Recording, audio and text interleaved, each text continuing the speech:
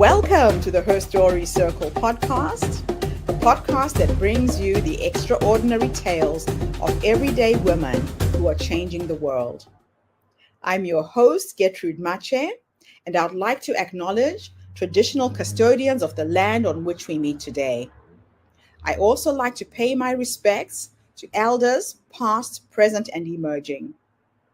Every week, we dive into the lives, challenges, and triumphs of women from all four corners of the globe.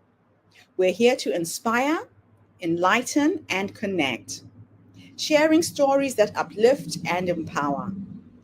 So grab a cup of coffee, settle in, and join us as we explore the incredible journeys of women shaping our future.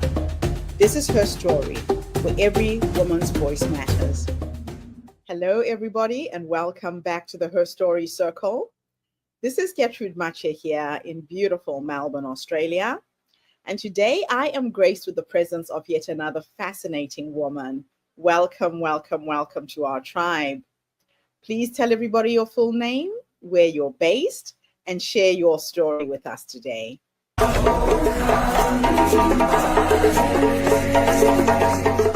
Hello, everyone. My name is Sabine Charles, and I am based in New York City in the United States. Now, my story starts out as being the first generation American in my family. My parents are from Haiti, and the story I'd like to share with you is how I became who I am. My grandmother was the one who used to take care of us, and we lived in these buildings, the projects in Brooklyn. And it was very, very hot. We didn't have central air. And we normally go outside to just get some breeze and to play. And I used to take my rope with me everywhere I go. So she says, hey, let's go outside. It's too hot, you guys. And it was my older brother. You guys need to go outside and play and just do some things besides watching television. Of course, I was happy. I took my rope. I was running outside. My brother grabbed my grandma's chair and we went outside. And she loved playing bingo. So that's what we did. We played bingo outside. But she could see in my eyes that I was not really interested in playing bingo, especially that I was outside and I saw some kids in the playground playing. So she looked at me and she goes, go outside and just go. You don't have to play bingo. Just go play with these girls. So I grabbed my rope and I ran over there. I don't know, 30 seconds later, I came back running, crying. Now, my grandmother did not speak English, so I had my brother translate for me. And basically, I told her that those girls stole my jump rope. And so she just gave me this piercing look like, girl, you better go get your jump rope or else you're going to really, really cry. So she gave me the fear of God or something. I ran over there and I got my rope back. I was like, give me my rope back. And I was just really like, hey, I didn't know what my grandmother was going to do to me. And I came back and I shared and I kind of held my rope like a trophy, like I did something amazing. And then all my grandmother did was just looked at me and shook her head up and down. I tell you this story is because she helped me really figure out a couple of things that I still use today. For us to really stand up for ourselves.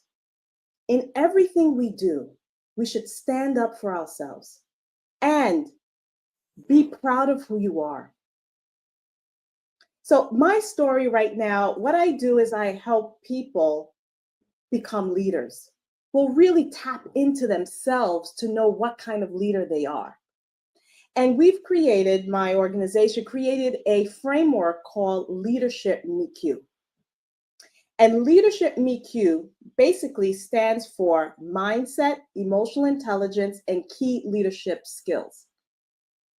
So we equipped individuals with help them really equip with a growth-oriented mindset, emotional intelligence, and really tapping into themselves and understanding how that affects other people, and core leadership qualities for them to navigate through today's complex world, especially that now many of us are working in a hybrid or remote situation. So our leadership programs really are aimed to cultivate visionary leaders who inspire to be innovative, embrace change, and drive transformative success in their organization. So just thinking about this, my grandmother gave me the foundation for me to really help thousands of people around the world, to help them tap into their greatness. And I'd like to say my education is, I have a degree in French and Spanish literature. I have an accounting degree and also a doctorate. And my focus is on emotional intelligence and leadership qualities for accountants. That was my dissertation. But now I have moved across different industries and different professions to help professionals really tap in to who they are. And so my vision is to create a world where everyone is thriving in harmony, like a symphony, because every individual has a skill that they contribute to world good. And so as we work together with love, there will always be abundance and freedom. And that is my vision for my work. And hopefully I could share more about me as we continue the interview. Thank you so much for coming online and sharing a part of your story with us today. It always intrigues me when I find women who are on the cutting edge of uplifting, inspiring, and supporting others to excel and reach their full potential. So, what inspired you to develop the Leadership MEQ framework? Tell us a little bit about that. Well, my first business was to help professionals pass certification exams. And it comes from within.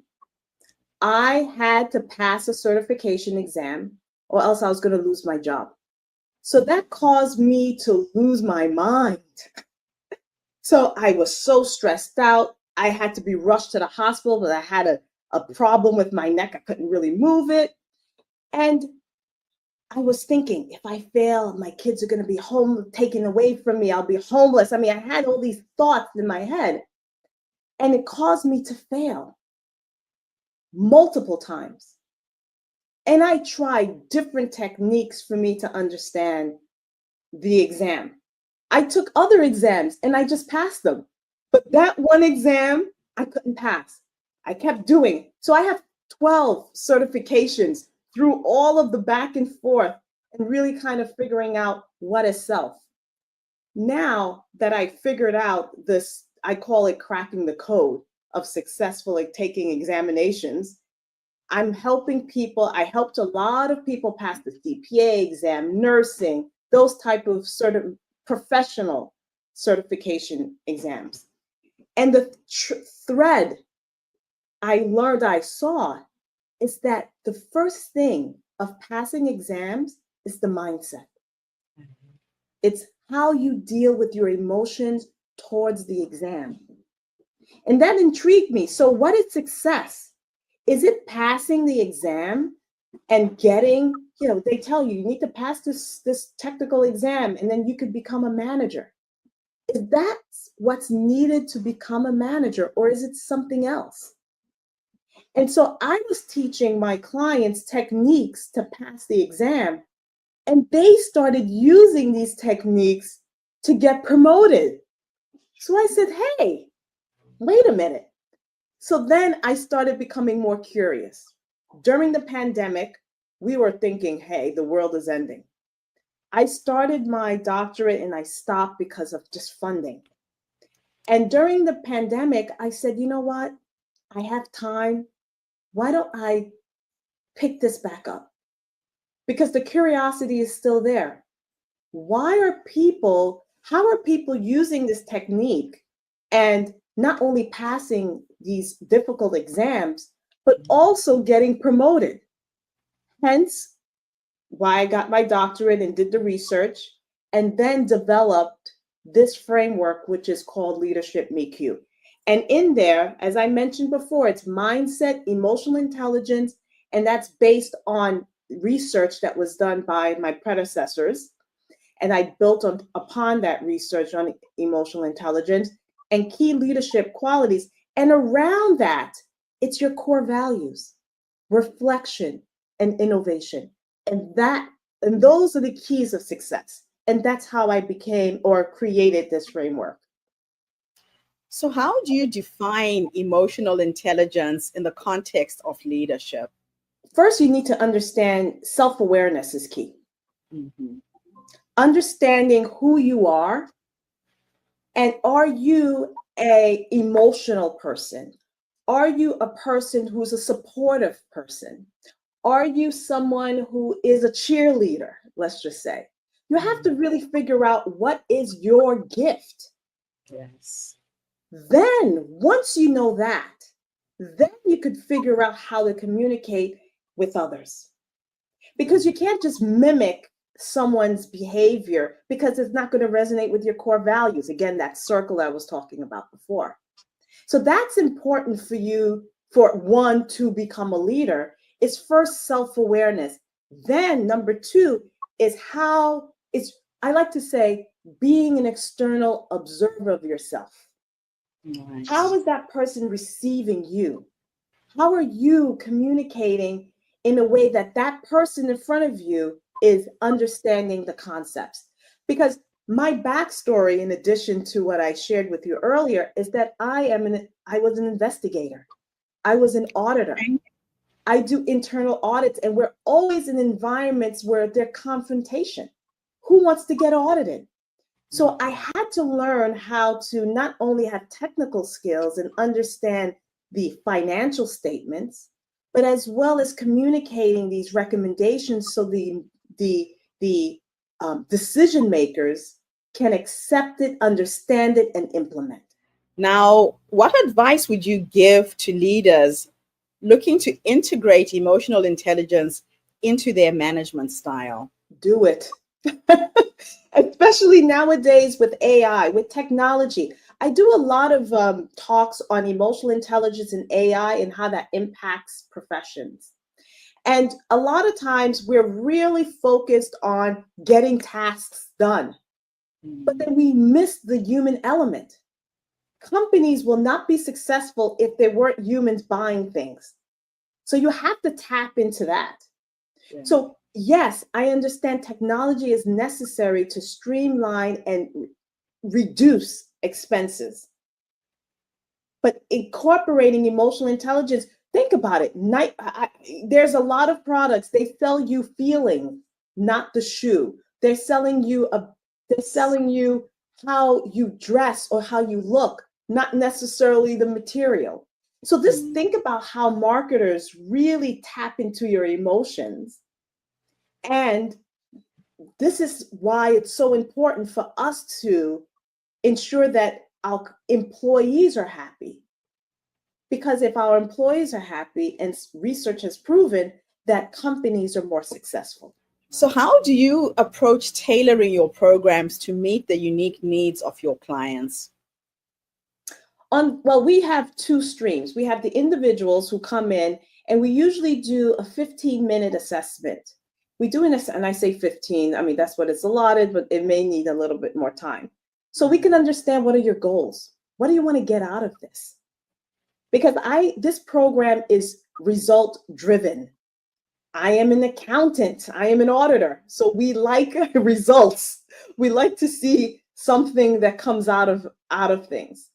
So we have a meeting with you first, and we identify what are your goals. Then we tailor it based on that. If a company calls us in, it depends on the group. If it's technologists, then we bring in more of a technology spin to it. If it's teachers, because we've done it at schools, then we bring more of a teaching spin to it because they have students that they have to work with. If they're auditors, again. Now, the core program is about that mindset, having that growth mindset, understanding how emotions affect your decisions and how you present yourself in the workplace, and understanding there are some basic leadership things that you could learn so that you could be successful. So those are the mechanics that we use, and we lay in the culture of either the company or the individual needs in when we apply the program or the framework. I love it. It's really highly tailored for each individual. Yes. So how do you leverage technology to enhance productivity and leadership development? Well, our program is a hybrid program where we have it's online, you watch, we don't have a lot of reading. Most of my clientele from the millennials, right? They don't like reading, they like pictures, right? So we tailor it so that it is easily to be absorbed.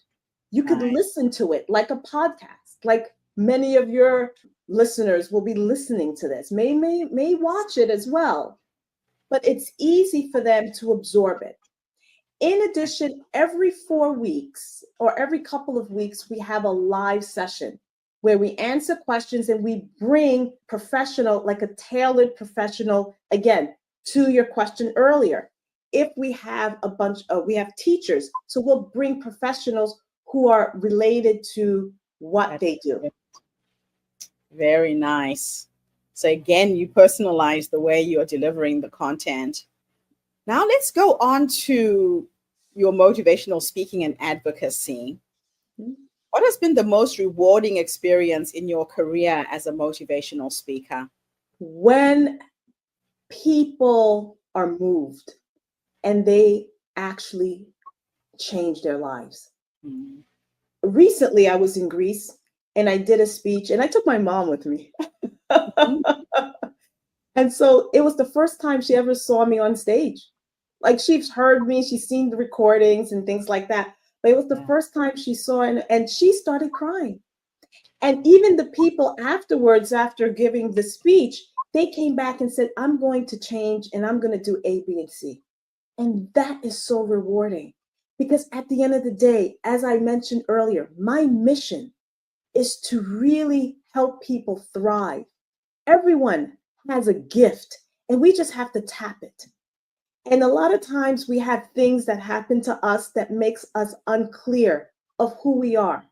Loving, authentic, powerful people who can really transform life and add to the betterment of mankind. And I believe that we always have to really pay it forward. So this is why I do a lot of volunteer work. I'm on the board of an organization in New York that we help older adults stay in their home and provide them with services so that they could stay in their home. So we give them, we had a fashion show for them. They do beautiful paintings. Too bad I don't have one near me so I could just pull in and show you. They do beautiful paintings that they auction off and jewelry that they make. And so just because you're older doesn't mean that you cannot continue to add value to the world. And that's why I do these volunteer things.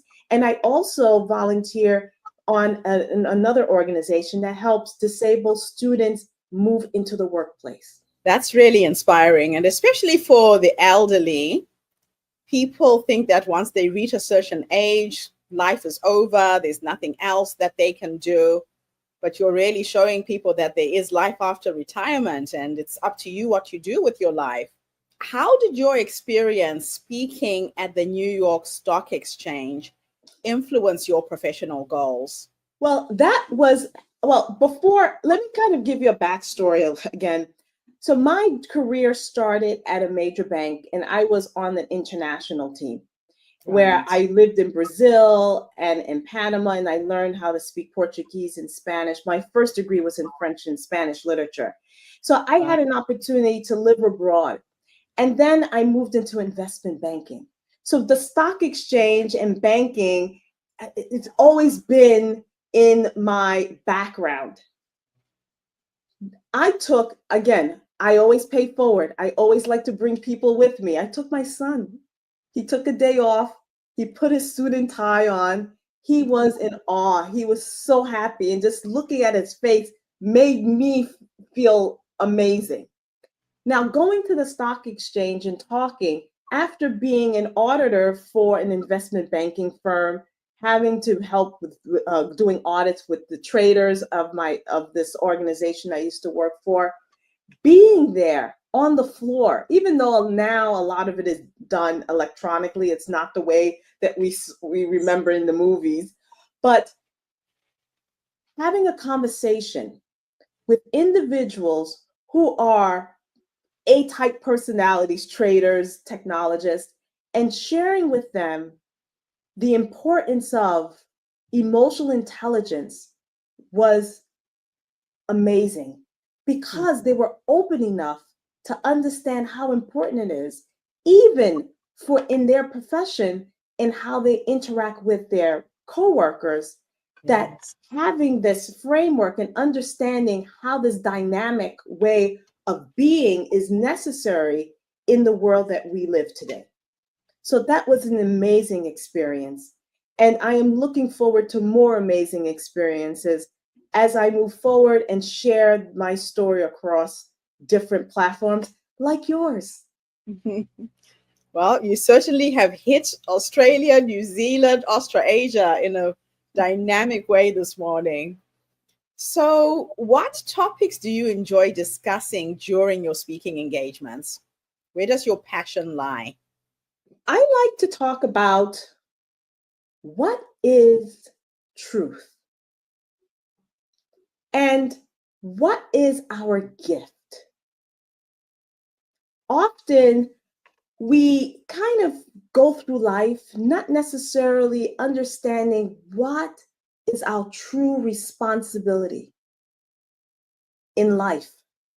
We do a lot of things because we think we need to or we have to.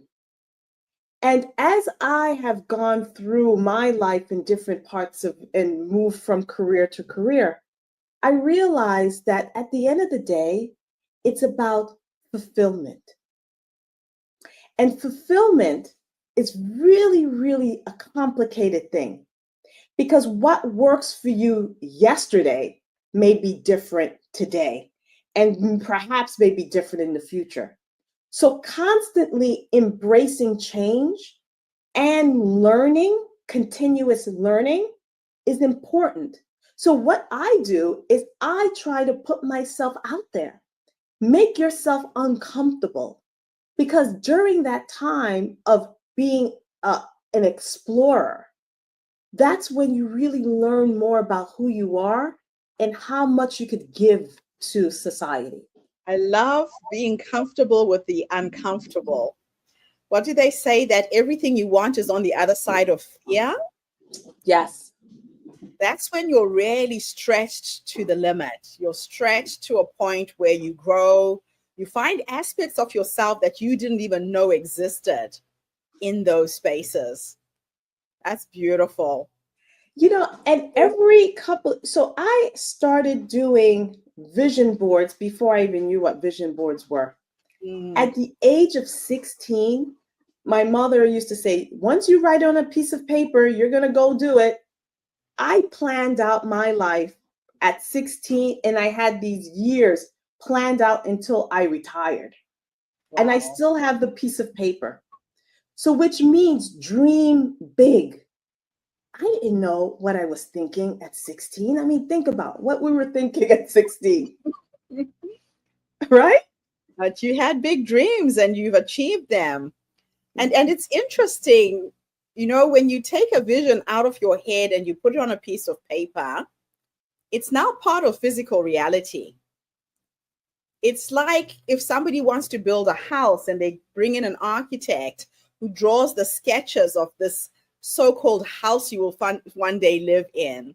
Mm-hmm. It's come out of your head. Somebody has put it on a piece of paper, is then given to a builder who will build that house. It's the same thing with our visions and our dreams, right? So that is the first step to make a vision come true. Put it on paper. And meditate on it. Visualization is powerful because your brain can't tell what's reality and what's fiction per se. So if you start dreaming big and thinking big, you're living it. Your body and soul is living it. Mm-hmm. And that's how you end up doing more than what you expect. And that's what I've learned from my grandma.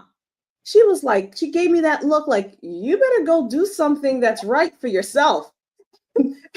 and I didn't know what I was capable of doing because I was such a shy person. And I got my rope back. I got my voice back. And this is what I want people to have, a voice and a platform for them to excel. So I started helping people pass certification exams so that they can make more money, so they could have more in their lives. And then it transforms into Leadership MEQ. And as well, we have retreats. We have retreats where we go around the world, and we have a few of them. We're going to Puerto Rico. We're going to Morocco. We're going to Kenya. And we're going in and we're bringing in people from abroad and people who are local, so that, again, that's that harmony. People are learning from each other. It's not just us going there and partying it up and saying, oh, yes, and buy a t-shirt. We create these retreats where it's not only just foreigners coming in, but the local people connecting with the individuals who are coming from different parts of the world. Now, how does your life as an intersectional being living in the United States play into this? So you have traveled to various places, you're an implant from another country, you have learned multiple languages. How does this global worldview play into how you are helping people to perceive the world? Because it gives me an opportunity to see what you see. And as you learn different languages and explore different cultures, you begin to see things differently. Yeah. Or you experience things differently. Because if you stay in one country and you drink the water, and you eat the food, you become that. Yeah. And you become very one-minded, which is fine in some aspects. But going to another country and not be judgmental, but being open to say, hey, this is a different way of life. Not going in and saying, oh, poor people, or they need help, but going with a sense of curiosity. Yes. Is important when you travel, because you shouldn't, I believe, you shouldn't compare, because it's just like apples to oranges. Mm-hmm. You should just experience. And that's what was ingrained in me, because I learned English when I was 7. Right. I was born in the United States and learned English at 7 because my parents didn't speak English at home. Well, I'm telling you, you have come a long, long way. So my last 2 questions are a bit of a thought experiment. Sure. In the first one, I am going to teleport you back. And we are going to have a conversation with the younger you, this young girl who grew up with big visions, big dreams, decided to put on a piece of paper at the age of 16 who she was going to be. If you could go back and give her 3 nuggets of wisdom based on what life has taught you up until this point, what would those 3 nuggets of wisdom be? Trust your voice. There is a higher being that is supporting you and cradling you throughout life. And be brave. Those are the three things. Because every time I think, well, as we go through life, we begin to get chipped away by circumstances. And these circumstances prevents us from being true of who we are. And that is what I learned, or I had to relearn, because every step in my career, every step of my growth, I learned a little something of not only about society, but myself. And yes, I may be doing great things now, but I want to do greater things because I believe there's more out there, or more from me that I could share out there. That is the message I would give my younger self. Sabine, stay, believe, be strong, and there is a higher being that is cradling you throughout life. So don't be afraid. Oh, I love that. That is absolutely beautiful. Thank you. My last question, I'm going to teleport you into the future this time. Mm-hmm. And we are going to go and sit with the 90-year-old you, Mm-hmm. this wise woman who's led you up until this point. Mm-hmm. A lot of women don't realize that the wise woman is already in them. They don't trust themselves. We look outside of ourselves for answers, for solutions, and we don't go within. Mm-hmm. So if you could go and sit with a 90-year-old you, what will you say to her when you finally meet this wise woman who's led you up until that point? I was going to make a joke. I was like, hey, you want to go partying? I want to go to Australia. I've never been. But I mean, the wiser me, I mean, I would tap her and really, at that age, hopefully I'm still doing great things and helping the younger generation to understand the importance of history, learning, and caring. Because as we age, as we mentioned earlier, people tend to kind of cast them aside. And I want all of us to realize that everyone is capable of love and everyone needs love. And especially nowadays with technology the way it is, we're very isolated. And we're learning more and more of the impacts of technology to not only our health, but our mental health. But see, I think we need to really start assessing how technology is going to affect us. And Yeah. I'll tell the 9-year-old, you know what, the younger people, go outside, breathe fresh air. Because a lot of us are stuck in these home offices. We get out of bed, we roll out of bed, we eat, and then we come back to the desk, and then we leave the desk at 9, 8 o'clock in the evening because we spend so much time scrolling on stuff that's not helping our brains. Activity is key.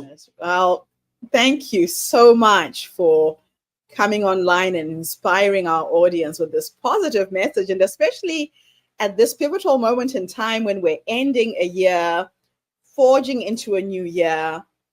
Women are looking for ideas, things they can do to transmute their lives and create a new paradigm.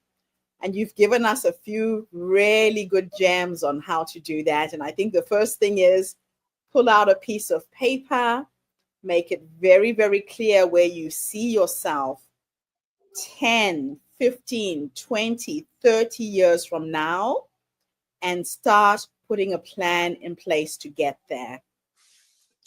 And I would like to also add, think big, outrageous. Because what's the worst that could happen?